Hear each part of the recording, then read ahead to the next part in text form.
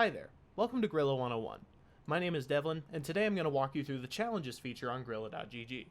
Challenges is an innovative new feature that allows you to earn micro prize pools within the matches of an event.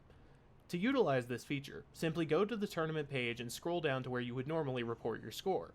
From here, you can see that you have the option to challenge your opponent to a dollar amount of your choosing. Simply choose the amount. For this instance, we'll use $10. It'll outline the processing fees associated with the challenge if it's accepted, and you can click Send Challenge. When you click Send Challenge, you'll see the notification that the challenge has been sent, and you can check back for their response.